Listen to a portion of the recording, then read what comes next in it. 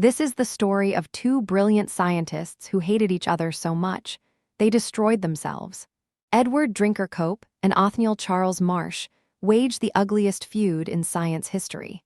They bribed workers, destroyed fossils, and tried to ruin each other's careers.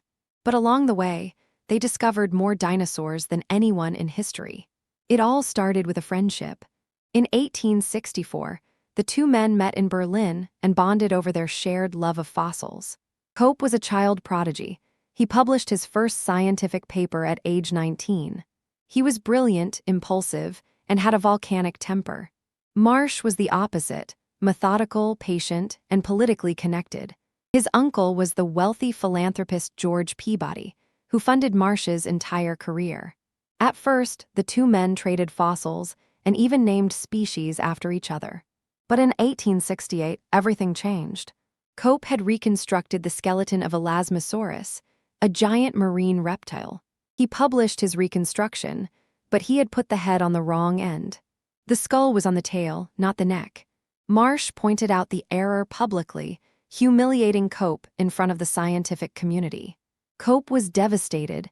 He tried to buy back every copy of his published paper. From that moment, the friendship was over, and the war began. In the 1870s, the American West was opening up, and it was full of fossils. The railroads were cutting through ancient rock, exposing dinosaur bones everywhere.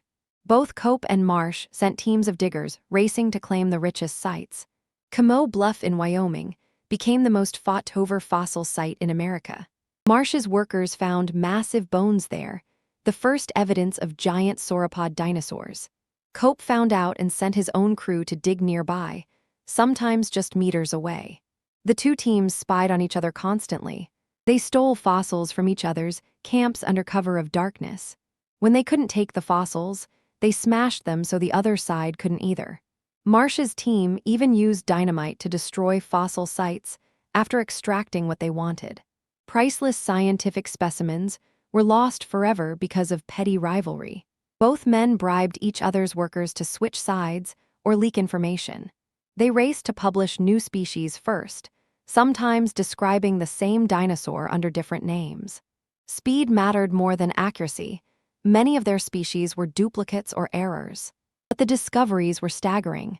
Marsh discovered Triceratops, the three-horned giant that became an icon. He named Stegosaurus, with its bizarre plates and spiked tail. He also found Diplodocus and Allosaurus, two of the most famous dinosaurs ever. Cope wasn't far behind. He discovered Camarasaurus and Coelophysis.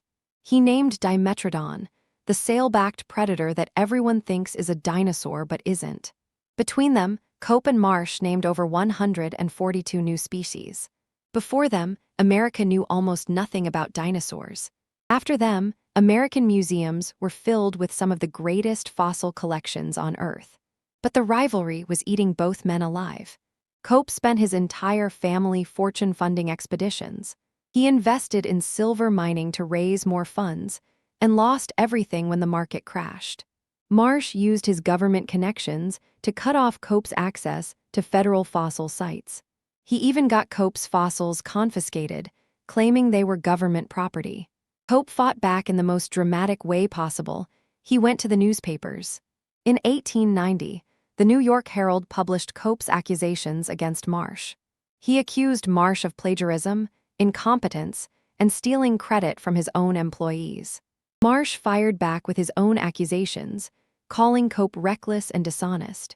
The public devoured the scandal, scientists behaving like Wild West outlaws. But the scandal damaged both men's reputations beyond repair. Marsh lost his government funding and was forced to sell parts of his collection. Cope was already bankrupt, living in a small room surrounded by fossil crates. His wife had left him, and his colleagues had abandoned him. In 1897, Edward Cope died at age 56, broke and largely alone. But even in death, he couldn't let go of the rivalry. Cope donated his skull to science, challenging Marsh to do the same. He wanted scientists to measure both their brains to prove his was larger. Marsh declined the challenge and died 2 years later, also in financial ruin. Two of the greatest paleontologists who ever lived, both destroyed by their own hatred. So who actually won the bone wars? By the numbers, Marsh named more valid species, about 80 to Cope's 56. But Cope published far more total papers, over 1,400 in his lifetime. In truth, neither won. The real winner was paleontology itself. Their competition transformed the field from a hobby into a professional science. They trained an entire generation of fossil hunters and museum curators. The Peabody Museum at Yale and the Academy of Natural Sciences in Philadelphia still house their collections. Every Triceratops skull you've seen in a museum exists because of this feud. The Bone Wars also raised a troubling question that science still wrestles with today. Does competition help or hurt science? On one hand, rivalry drove Cope and Marsh to work at an incredible pace. Without competition, those 142 species might have taken decades longer to find. On the other hand, the rush to publish led to sloppy science and destroyed specimens. Scientists today are still untangling the naming chaos they created. Brontosaurus, one of the most famous names in history, was actually a Marsh mistake. He had put the wrong skull on an Apatosaurus body and called it a new species. The mistake wasn't corrected until 1903, but the name Brontosaurus stuck for a century.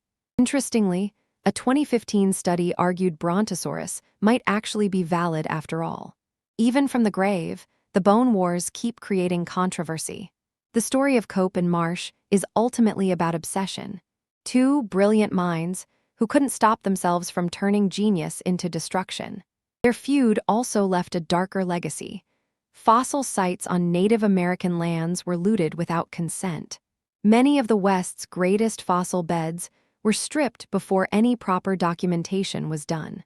The Bone Wars showed that great science and terrible behavior can come from the same people. Their legacy is complicated, equal parts triumph and tragedy. They gave us the dinosaurs we grew up loving, and they paid for it with everything they had.